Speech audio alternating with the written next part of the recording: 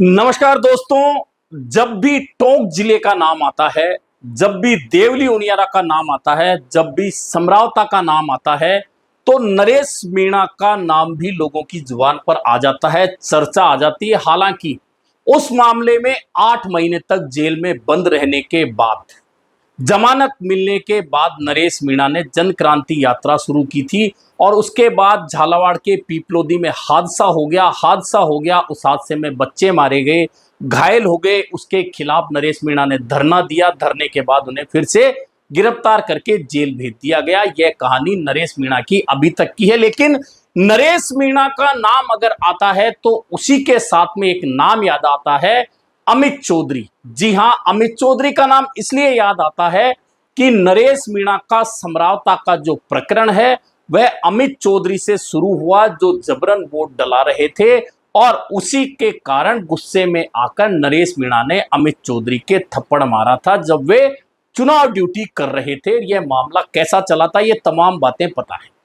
लेकिन नरेश मीणा के साथ बार बार में अमित चौधरी को क्यों याद किया जाता है और अब क्यों याद किया जा रहा है, तो ये बता देता हूं कि पिछले दिनों आपने देखा होगा कि जिस मालपुरा में वे पोस्टेड हैं, वहां नगर पालिका के अधिशासी अभियंता का जो उनको जिम्मा मिला हुआ था, उस जिम्मे के दौरान उन्होंने किस तरह से सरकारी जमीन को खुर्द-बुर्द कर पट्टे जारी करने का प्रयास किया, इसे लेकर मालपुरा नगर पालिका के पार्षदों ने जयपुर में आकर मीडिया से सारी बातें करने के अलावा एसीबी को भी शिकायत की है।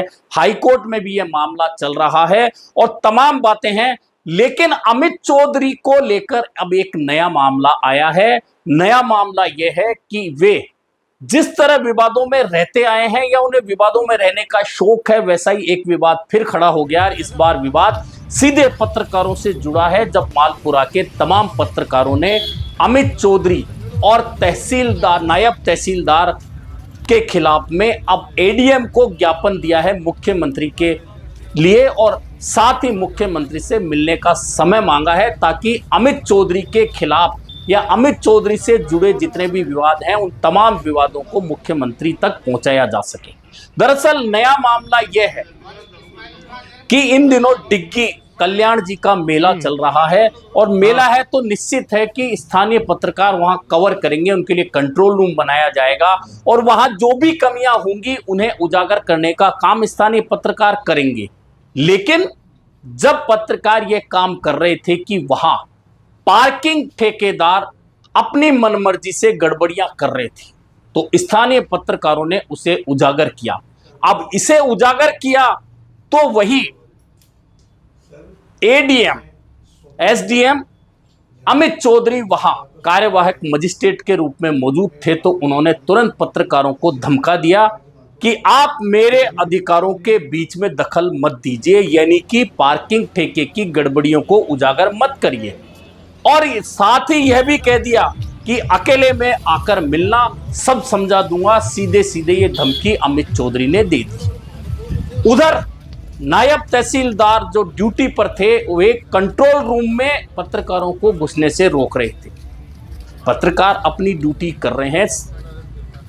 अब इस मामले को लेकर मालपुरा क्षेत्र के तमाम पत्रकारों में रोष व्यक्त किया। रोष व्यक्त करते हुए बाहों पर काली पट्टी बांधी, मुंह पर काली पट्टी बांधी और कलम बंद हथियार, जो कलम होती है, जो हथियार होता है, उसे कलम बंद करते हुए मालपुरा के पत्रकारों ने एडीएम को ज्ञापन सौंपते हुए कह दिया है कि यदि इन अधिकारियों ने इसी तरह का रवैया रखा तो मालपुरा क्षेत्र की तमाम जो खबरें पूरे देश विदेश प्रदेश को पता चलती हैं, जिनका हम प्रसारण करते हैं, वे तमाम खबरें हम बंद कर देंगे।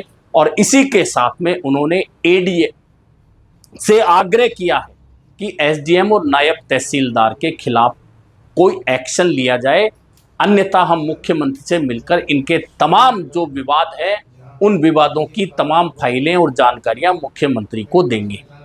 आपको याद होगा कि जैसे ही नरेश मीणा का प्रकरण समरावता का हुआ था, उसके बाद अमित चौधरी से जुड़े तमाम विवाद मालपुरा से जो जुड़े हुए हैं वे एक के बाद एक निकलकर सामने आते रहे, जिसमें किसी की इस कोर्ट स्थगन के बावजूद दुकान तोड़ने का मामला, किसी की खुद की जमीन है उसे बेदखल करने का मामला, इससे पहले हिंडोली में रहते हुए अमित चौधरी की ओर से ग्रामीणों के साथ दुर्व्यवहार का मामला, ऐसे तमाम मामले अमित चौधरी के बाहर आते रहे।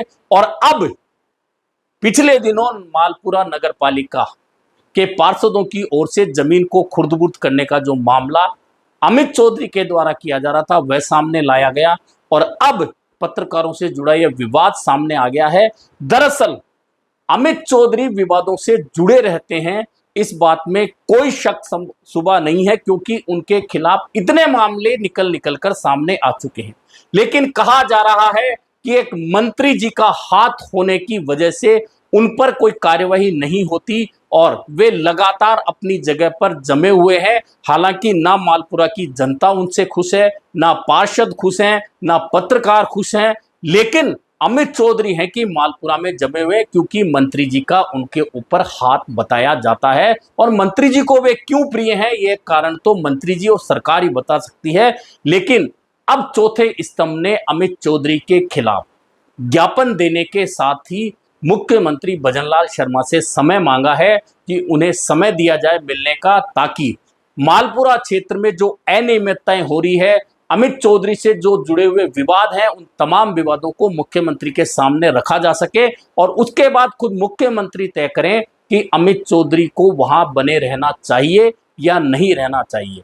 कुल मिला के समरावता प्रकरण में जो पहचान अमित चौधरी की बनी थी वह यह थी कि एक ड्यूटी ऑफिसर को नरेश मीणा ने थप्पड़ मारा, लेकिन उसके बाद उनके जितने भी प्रकरण आए उसमें कहीं ना कहीं लगता है कि अमित चौधरी किसी न किसी विवाद से जानबूझकर जुड़ जाते हैं या अनजाना बनके जुड़ते हैं, लेकिन कहीं ना कहीं विवादों के साथ उनका नाता बना रहता है। अब देखना यह है कि मीडिया यानी कि चौथे स्तंभ के साथ में अब यह विवाद जो शुरू हुआ है, जिसमें चौथे स्तंभ को धमकाकर अकेले में मिलना, सब समझा दूंगा जैसे शब्दों का इस्तेमाल अमित चौधरी की ओर से किया गया है।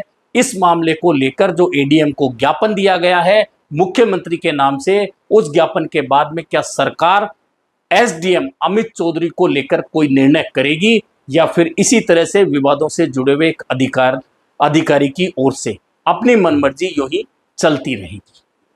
अभी के लिए इतना ही, फिर मिलेंगे नए मुद्दे पर चर्चा के साथ।